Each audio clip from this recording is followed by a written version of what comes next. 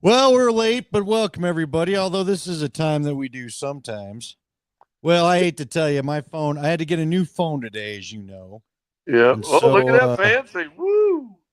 not really, it isn't. These iPhones, there's just not, iPhones and Madden games, there's not much more you can do with them. They've kind of got to where they're going to get, and that's just what they are. Now, the No dumb cameras get a little question. bit better. Did you get the new Madden game this year? No, not yet. I was going to get it. So Hayden's gotten into it, and I was going to get it for him, but, he was like, "Nah, I'm all right, Dad. I'd rather have college football." I was like, "All right." I thought you were all about it, but he said that I don't know. There's glitches, this, that, the other, whatever. He's a total gamer, and whatever he's heard, he hasn't liked. So good for him. Is it hard? Is it hard to tell your kid not to do games when you and I used to play all those freaking games together? Well, I can tell you this. I can understand why he doesn't want to get the new Madden. You and I've said this for years. All they need to do on the new Madden is they just should just you should just be able to buy the new roster. You know, until you really come out with some new. I mean, the graphics are already really sweet. Until you really, really crank that up, you should just be able to buy the new roster, and that's it. 15, $20. Give me the new names, give the ratings, whatever, and we're good. Because everything else they try doesn't go down. And he said it. There's something going on with the engine they don't like, yada, yada, yada. If you want to jump in the comments, if anybody knows, you can. So I could see we should have told people. People should know. We do it every night, 9 o'clock, except when stuff like so. Scotty fell asleep, and I was messed. I still have a messed up light over here. I can't get the lighting right in my room because I have an app, and the app and the lamps are not responding, and I'm overly annoyed. But whatever, because again, I bought a new phone. So anyway, Yeah, you yeah, know what? I laid down with my daughter, and lately, you know how I used to always go in there and fall asleep with her, and now it's apparent that my snoring bothers her. So I haven't been able to do that. Tonight I actually was getting up to go, and she goes, "You don't have to go yet." I go, "Well, I don't want to fall asleep and snore." And she goes, "Well, yeah." But then she laid there, and I rubbed her back, and blah blah blah. And then she actually talked to me, and it was like, okay, and I rubbed her back. Then we listened to. We were talking about something about how as an athlete, it's kind of funny. It's actually, you know, you can't think. You can't play without thinking. If you tell yourself right now, don't think you're thinking. So she's giving me all the lingo, and I said, yeah, you know what, you can think, but you can't worry. And so then, of course, I had to play Bobby McFadden's "Don't Worry, Be Happy Now." And I think it's the first time she'd ever heard that song. So we laid in there and listened to that, and I rubbed her back some more. And next thing I know, you're asleep. well, then I walk in, and the warden had gone to bed about 8. And so I went in there, and she sleeps with the TV on when I'm not in there. So I go in there and I lay down. And I lay down and just start to get my pillows right. And she goes, "Aren't you doing a podcast?" And I look at it, it's 9:23, and I went, "Well, I was."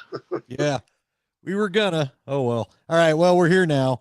We might have a little fun with this one. I got a couple different topics for you, but let's start with the Bronco roster. You were coming back from Aspen Saturday. Saturday. And let's be honest, you and I got on the phone. We thought about jumping on this thing at halftime, which I think we'll do during the regular season, folks. So keep looking for that.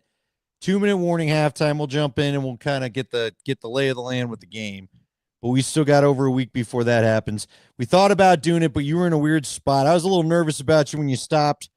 You stopped so we could record the news the other night on your way up there. So I what? guess last Wednesday it would have been. See the cars like going by me on the Yeah, highway? well, and again, you get a blind corner and someone not paying attention. It would have been really, I don't know that it was the best idea. I didn't want some cop seeing it. It'd be our luck some cop decided to turn in randomly and then figure out where you were and go give you a ticket or something because I don't even know if that's allowed. So, anyway, we haven't had a chance to really break down what went on in that game. We'll get to the roster stuff in a second. I'm curious from your point of view, though. Look, I said it's Nate, and I know people get upset. They don't want the wet blanket, and I'm not trying to be a wet blanket. I think good things lie ahead for this season, but there are some incredibly important games in the first 2 weeks of the season, and you'd like to get that Charger one too. But let's be honest about it. When you look at the balance of the schedule, you've got wins against the Titans, and you should have a win against the Colts. And I would have liked to seen the offense come out. And you and I covered Manning, we covered Elway, we covered it. So I'm not asking for perfection like that. But all I wanted was just one drive where you just kind of move it easy. Like even if they'd have gone down against New Orleans and maybe bogged down in the red zone and kicked a field goal, whatever, you move the ball. But I'm not going to lie and tell you, it didn't bother me a bit that you had to go for it on fourth down, and it took what 2 or 3 drives to get going. That's not really what I was looking for the other day. Even the one they scored a touchdown on, remember they had the dumb unnecessary roughness penalty on That's the true. linebacker that extended that drive. So yeah, I would have liked to see a little more. I don't know if Sean Payton. I'll give him the benefit of the doubt. If you want to give the benefit of the doubt, it's they really didn't show much, and you know, I don't even know if Dobbins had more than one carry the entire preseason. To be honest with you, No, I don't think you got any. well, so there you go. So that could, that may look a little different.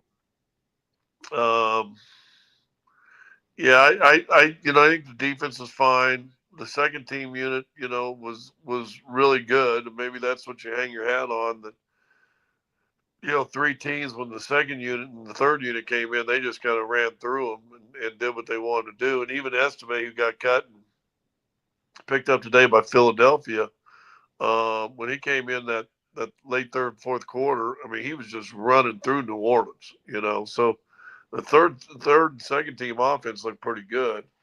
Um, I'm with you. I'd like to see my starting quarterback just go bam, bam, bam, bam, and all of a sudden, okay, sit down, sit down. But saying that, guess what? Josh Allen didn't throw a ball, didn't take a snap in the preseason this year. Aaron No, I Rodgers know. hardly ever does. Listen, So we'll see.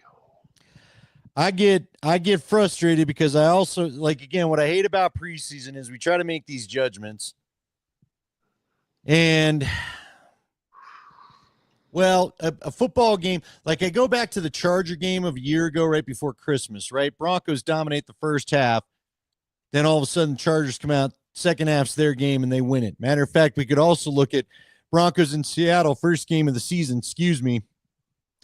Broncos come out first half, defense gets it done, and they have a lead. Then they come back out, a couple adjustments are made. Boom, just like that, all of a sudden, Seattle goes and gets a win. So it is a tale of two games. It's not just about a couple of drives, and sometimes you don't have it right to start a game. Okay, so that doesn't mean disaster's on the way. But I guess what I found funny, and I'm not trying to go all Nick Wright on anybody because God knows nobody needs to hear any more of that crap. But I guess what I just found, I don't know, it bothers me that Kansas City comes right out in their last one. Reed plays them for a half. Boom, they put 20 on the board right away. And away they get to go sit down. You know what I mean? And I just think it's a little bit of a reminder that the Broncos are not quite there yet. And maybe we shouldn't be expecting it. Again, this is an offense. It's adding in Evan Ingram. They're adding in some new players. Who did absolutely nothing in the preseason. Did not, other than that one catch from Stidham against a base defense for the Arizona Cardinals that led to a run down the sideline. And again, I'm not sounding the alarms or anything. We're here to be honest. And honestly, I just wish they would add one nice, crisp drive, and then I would have been a little less worried about this. The one rollout to his left, throw across body to I think it was to Gordon Sutton, which again, really the only big throws or good throws that he really made, talking about Bo Nix, was to Cortland Sutton. That was a big time throw. That was a big time throw, and even the touchdown throw, 19 again to Cortland Sutton, was a good throw. So I mean, we know it's in there. But I'm with you. I don't want week 1 and week 2. Listen, I'll take wins.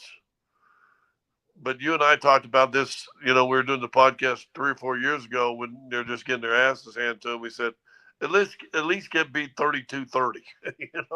We said, right. Put some action on the board, because there was games there wasn't any action. It was unbelievable. I'd like to get 2 wins, bottom line, against Tennessee and Indy. But, how will you feel if you get 2 wins and it's 17-13 or 14-10? Right. I mean, 2 wins, but, I mean, are you sitting there going, That's good. That's good, but you still got the Chargers coming up. You still got the Cincinnati Bengals coming up. You still got Philadelphia and Washington and Dallas. Got a lot of good teams. Houston. I think Houston's going to be better this year. Everybody's talking like Houston's done. Okay. I think Houston will be better this year too. So, and I just gotta say this. I almost called into you when I was listening to your show driving home, and I said this on our show that listen, the premature early demise of the Kansas City Chief that everybody is predicting, including Nick Cosmider on your show, Nate on your show, I think is a little premature. And you guys were talking, and I thought you missed on a big opportunity. We always talk about does history repeat itself? Isn't this the same comments that people are making on Kansas City right now that they used to make on New England? Yeah, well, I've said that before. I mean, I've pointed that out, but here's what is. But isn't all the stuff you're hearing this year on Kansas City the same exact thing we used to hear in the middle of Tom Brady in New England and going, oh, no way they can do it. They're down this year. They lost Randy Moss. They got upset in the post in the Super Bowl. They're done. Then they reel out 13 wins and either get to the Super Bowl or win another Super Bowl. So, I mean, when they win 7 in New England or 6? 6. One for the thumb. Yeah. 7th for Brady came in Tampa, I believe. If I'm not mistaken. 6 in New England and 8 appearances. Yeah. Pretty darn good. Here's my thing. Where was the demise? In one of the years they didn't make the playoffs, Brady tears his ACL in the first game, right? And they still win 10 games and didn't get to the playoffs with a 10-win season. So where was the big drop-off during that Belichick-Brady time? There wasn't. Now, I will say... other than Randy Moss, who were all the all-world wide receivers he had? He never had any. He had Troy Brown. He had Jabbar Gaffney. I'm trying to think some of the other guys that he played. Now, he had Edelman. He had Welker. He, Edelman, and Gronk. See, that's the thing. You don't have to go. You can't go wide receivers, but you can't go tight ends. I mean, Gronk and Hernandez were pretty good. He had Gronk and Edelman. He had Gronk and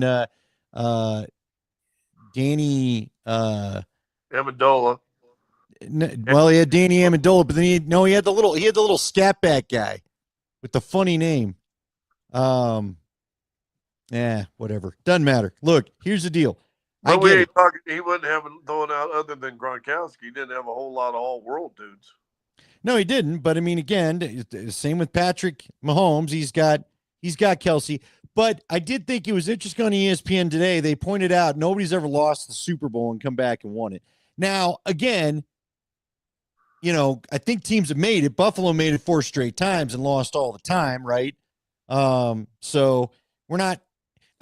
I'm with you. I think there's been way too much. Kansas City's down and Denver's about to be up, and it makes me uncomfortable. I'm glad Nick Wright said what he said today because, frankly, I'd like to see some pressure go back towards the Chiefs. I don't mind, and I know Leggy's talked to us. He feels like Sean Payton is drumming up the attention because he really does believe this team can be good.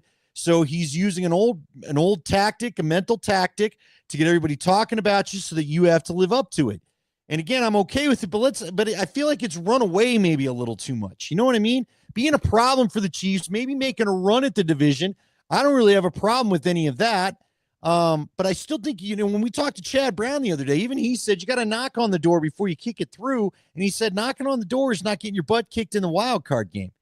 And really, Bum Phillips used to say that when he was in Houston. They'd always run into Pittsburgh. He said, we knocked on the door this year. Next year, we're going to knock the damn door down. And Pittsburgh kicked their ass again. So, I mean, that's good. You got that Montana. I'm glad you got that mentality. But you and I see say about it. My biggest thing for Broncos country is this: have the high hopes. Like, we've got a comment here.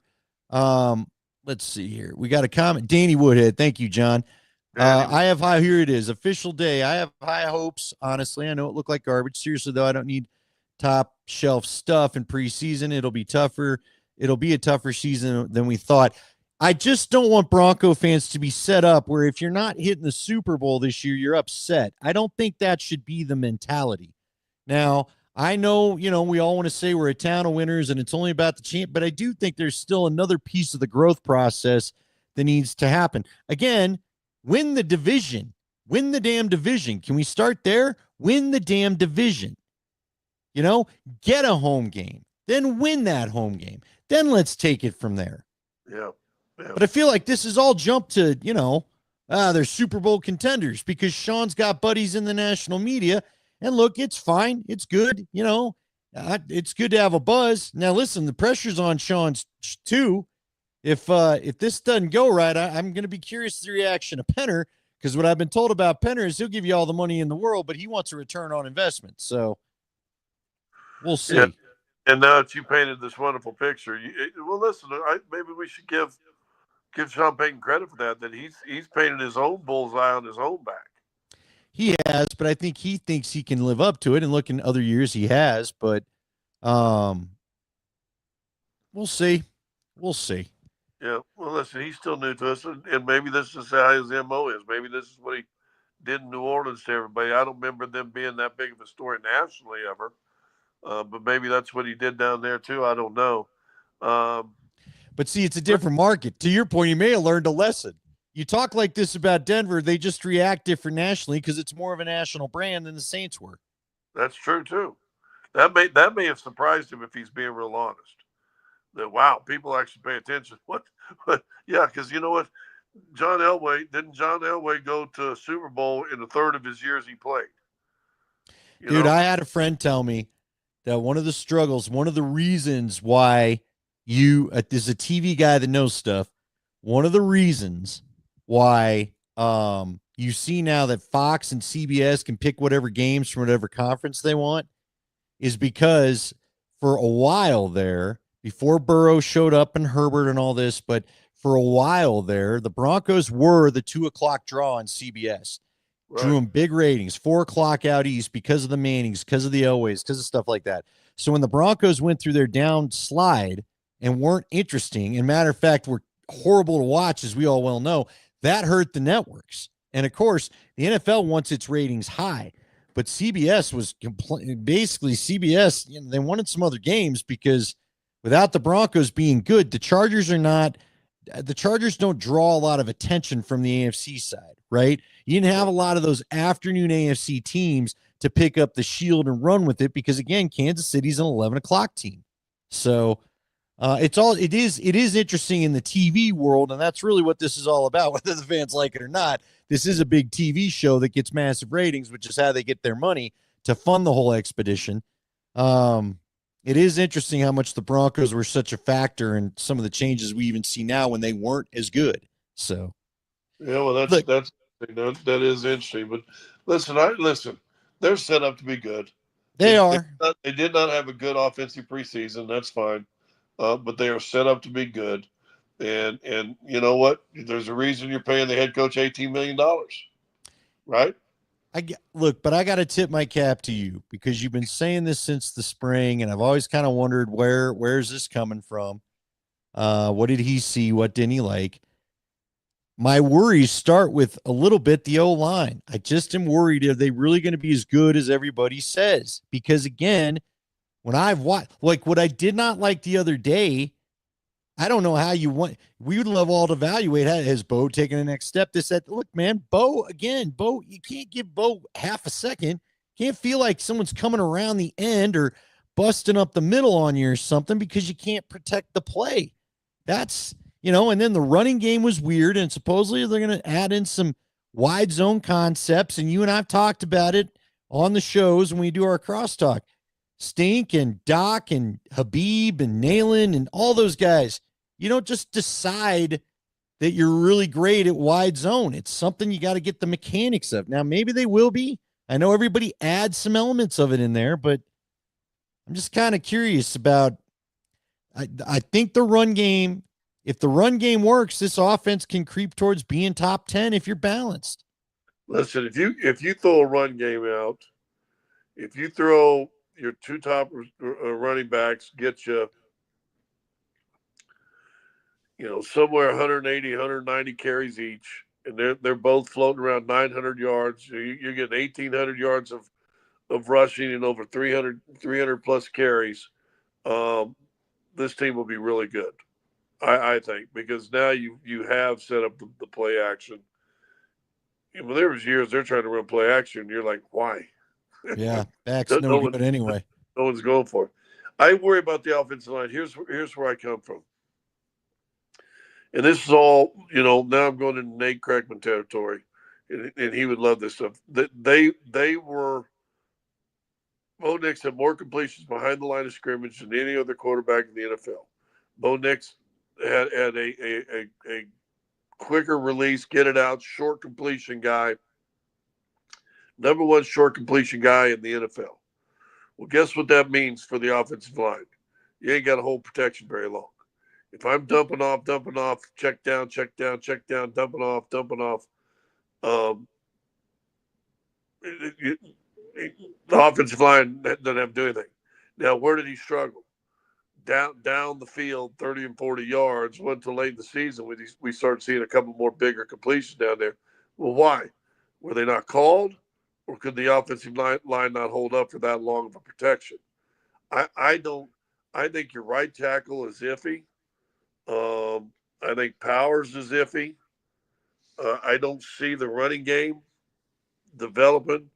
I watched even that last game. If you go back and watch that last game, there was pressure. Bo did a couple good jobs. In fact, remember one of the first downs he got, maybe the first down they got, he's basically going down and makes a throw as he's going down before the knees hit, because the pocket is just getting collapsed on him. I worry about this offensive line. I really do, and I hope. Listen. Here's one thing I say. I just tell you what I see. I don't care if I'm wrong. In fact, as a Bronco fan, I hope this is the best offensive line in football this year. I really do. I don't cheer for bad. I want this to be good. I'm with you. None of us wants to see a regression. I want a good, exciting team to talk about. And look, I think for the most part we're going to enjoy the season. I really do. But I am look. There's just I need to see a couple things just get me comfortable. You know what I mean? And right now, the first two games are just so important. And I guess that's why I'm harping on. I wished I would have seen a little more continuity in preseason. Now, look, is it possible? Says the Matambale says, is it possible Sean hit some stuff and didn't play everything during the preseason? Yes. I think, yes, he did. I don't think he game planned it the way he did the last 2 years. But, I think yes. You didn't see really Mims involved anywhere until like two little bitty outside zone screen passes, really, that you saw anything. That was in game 3. He wasn't involved at all, and he was a big factor late when you were starting to roll. Yeah, I think, I'm hoping they did, to be honest with you. I think they did. Now let's see if we can get to work and let's go. I still, listen, and I know it's preseason, but the best the offensive looked was that second game. What was one difference in that second game besides the second unit? Davis Webb called all the plays. And I think he is a modern, young guy. And Leggy said it on our show today. Today, Wednesday? Yeah, today. He said it on our show today that they're going to have a hard time keeping him next year. He said he thinks it's soon, and he thinks it starts this offseason. Somebody's going to give him a chance to be an OC somewhere else. And look, they could pay him all the money in the world. He ain't going to get a call plays, and that's probably what he wants. Yeah. Well, that's what every guy who wants to be an offensive coordinator and eventually a head coach wants to do, right? I would think. So, but I really liked him, and I tell you what, that offense clicked in that second game, didn't it? It did. Look, I don't know. I'm hoping all this is just dumb hand wringing because we got nothing else to talk about. We've seen 3 lame preseason games, and that's that. So, look, roster's set. Roster shook out about the way that we thought that it would. Ellinger to practice squad allowed them to keep Jordan Jackson. You think so? Nate had the theory. He thinks Ellinger wants to maybe be a coach and go the Davis Webb route. Do you think that's why he came back here? I think it's just my guess would be that he just likes living in Denver. And you can still make about $500,000. It's a pretty good living on the practice squad in a good city. And there's, from the practice squad, you can be pulled up 3 times. And I looked it up today. Vet minimum for 17 games pays you about 187,000 a game. The top end where he would make as a vested guy from the practice squad is about 400,000, That's and pretty good. that's about 23.5 a game. I mean, that ain't nothing to sneeze at or a week. So 23.5 a week, but 187 on the 53 is a little bit better, isn't it? So Well, and I also am curious. I wish we knew who else offered him a job because, like, again, you going to New Orleans just so you can get mauled and not have guys around you or whatever, or were you going to stay in Denver? You know what I mean? yeah, and again, and if you get to work with Davis Webb, you get to work with Sean Payton, and they like what you're doing. So, but again, he makes the 23,500 a week, and then they say, hey, we're going to guarantee that we'll pull you up at least 3 games on the 53, and so another close to 600,000. Now you're flirting around with close to 900 a million for the year. That's a little better. And you know what, Davis and excuse me, Ellinger may sit there and look. Listen, there's something special there. I do like that. Would he go the route of a Davis Webb? Would he go that route and you hang around and who knows? Now Davis Webb might like him. He gets the OC and pick a place, and he says, "Hey, I want to bring my own quarterbacks coach. I'm bringing Sam Ellinger." Or Ellinger takes over as QB coach here, just moves Yeah, out of one room into the other. Now the yeah, money's not as nice, but the quarterback coach salary sure isn't the same. Hey, so you and I got into an interesting discussion, and I almost feel like we ought to save for next week. But do you want to save our little discussion for next week since we're on a little late? Because I'll tell you what, I yeah, got something else for you. yeah. There'll be a handful of days for the first game. It's a pretty deep. It can get pretty deep. It can, and we want to get it. We got a question about the fan base for you guys for loyalty. So, we'll save it for next week. I got a question for you, just random thoughts. Because right over here, you've seen it. I've got both a record player and a CD player, and for whatever reason, I've got a couple jazz CDs that aren't quite on iTunes that I love to play. One of them's called Jazz Round Midnight, and it's the Gershwin songbook. And I've just listened to it since You're I was talking in old. college. You're not talking Dotsero jazz. You're talking the I'm old. talking I'm talking the American Songbook. I'm talking Louie and Ella. I'm talking Billie Holiday. I mean, I'm talking, Yeah, I'm yeah. talking the, Old, the the old, kings and queens of the music genre. Okay. yeah. Um, smoky old jazz club, if you can imagine it. Someone just working that trumpet, Louis Armstrong's, Dizzy Gillespie's big old cheeks blowing out, I guess I should say. Um, seriously, CDs and records. First off, do you have a preference, CD or record? See, I love the records because I do hear the extra sound in there. There's a warmth to it that I love, but you got to get up and flip the damn thing.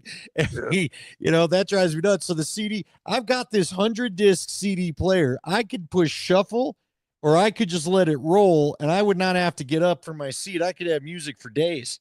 Days. Yeah, I got an old record player down in here in our living room. And I went on a bender for a while, bought about 8 or 10 different. Like I bought 2 or 3 Led Zeppelin albums and a couple Beatles albums. What else I got over there? Lauren Daigle, got a couple Lauren Daigle, a Jason Mraz album. So I got about 8 or 10 albums. You I like missed it, the but yeah, you're right. You get 6 songs. Man, I used to think the albums were like forever and ever, right? EP, extended play, EP. It's dude, like it's like four or five songs on an album on a side, and then you got to flip it over. Well, did they ever make something that flipped it? We never had the technology that just No, flipped I it never. for you. No, except for the 45s in a jukebox in the soda pop fountain place. Gotcha. That's the only one that ever saw. No, this is. I never have saw that. I had an 8-track player. I thought it was so cool. I had one of the very first portable 8-track what an uncle gave me. And 8-tracks we thought was cool because now you can take music Yeah, it ate through big ass D batteries, right? Those big old fat D batteries. You took like 8 of them, and so when you're in high school, I mean, finding the money to go spend $12 to get enough batteries to make sure your 8-track player, but you could take it as portable. But then all of a sudden you realize that back in the day, and really what killed the record thing is you buy an album, spend your 15, 18, whatever it was for it, and then you realize, like I remember I was so excited. I got to go to Wichita with my buddy and his parents because they had a record store, one of the Peaches Records or something like that. They used to be big. Went to the mall. We didn't know mall growing up in my small town. Went to the mall, got the record store, had my $20 bill, got me Nazareth Hair of the Dog CD or album. Dude, there was only one song on Hair of the Dog, and Love Stinks and Hair of the Dog, the on the album I liked, and I'm like, that's when I realized, dude, I just spent $16. And my mom, God rest her soul, everything when we growing up, I don't know if your parents did this, equated every dollar with food. Yeah. Like I'm gonna go spend $2 to go buy a Matchbox. One of those, remember those? I used to collect Matchbox cars. It actually started off there, I think at 99 cents, $1. And there's a little hamburger place that probably about 5 blocks from it's downtown, but it's about 5 blocks from where I live, 6 blocks. And on Saturdays you could get it, and it was Johnny's. You can go up and get a Johnny hamburger for 25 cents. $16 is a lot of hamburgers. Huh? It's a lot of hamburgers. Yeah. And so my mom, I'd say, Mom, I saved up money, and then the first day you realize the tax, that dollar was $1.03. So then you had to bring pennies with you. But my mom, I said, I'm gonna go get me a new Matchbox car. I'm gonna see what they got. She goes, you can get 4 Johnny's hamburgers right there for that dollar. So everything was equated by my mom growing up with food. You spend $10, really? We could go out to Mr. Swiss and feed the whole family with hamburgers and fries and cherry cokes. Cherry Cokes, nonetheless. Well, so I'm sitting there spending that $15 on that album, and after I played at my buddy's house, we couldn't wait to get home, and we had to. And then of course you pretend like you like it. I got home and then tried to listen at home. The second time I went, oh, I like 2 songs. This whole dang album. And I would start going, man, I could go to Mr. Swiss for the next month, get hamburgers and fries, tater tots, cherry Coke, cherry limeade. Did you ever drink cherry limeade? No. Oh, you never had cherry limeades? No, I like a limeade. I don't need no cherry in the thing. Oh yeah, cherry limeades, man. That was the thing. That was the thing right there. See, our generation, that is the one thing that came in when I got to college. They had the Sam Goody, and they had another place that was over here by Southwest Plaza. They had a Hastings record shop for a while. They did, but see, you could go. Hastings did it too in Texas. You could go in and listen to the album before you bought it. As CD sales started to wane, we all started. And there are a lot of albums. Now, I bought plenty of albums like you're describing, where you buy, you're like, man, most of this thing sucks, and you're disappointed. I was like, you know, the other thing that was good for that was Columbia House. There's a T-shirt shop that I want to get where it says "I still owe money to Columbia House" is one of the shirts. Because hey, is there anybody in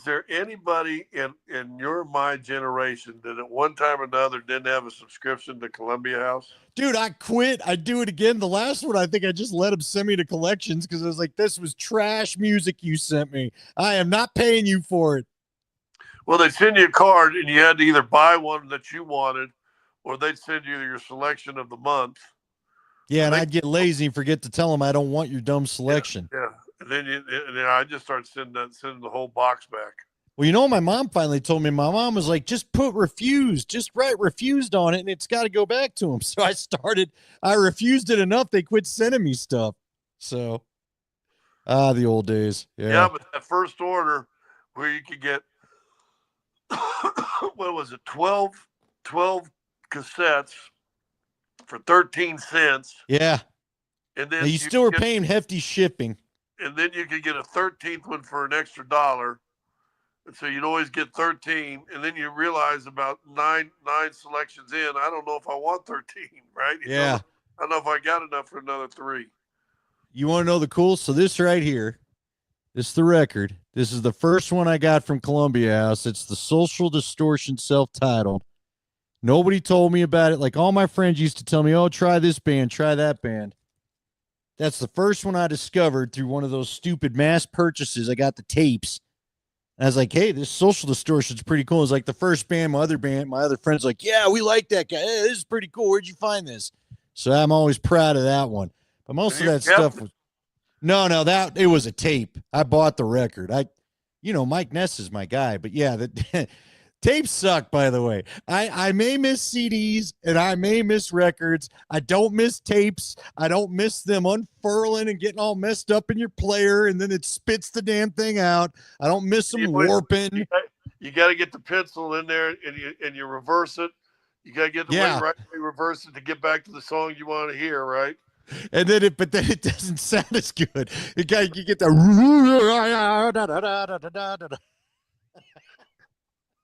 they ain't got to worry about that now. Now they just touch an app on their phone, pick out a song they want. I could play it right now. I will say the new phone sounds pretty good with the music, but whatever. So, all right, it's 10:06. All right, folks. Next Wednesday, 9:00. We'll be here. We're good to go. We're gonna get it all done. We're really gonna get you big and fired up. We ought to reach out.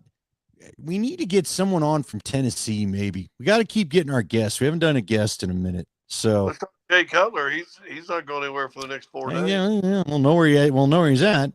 Yeah. Will he let us be his one phone call?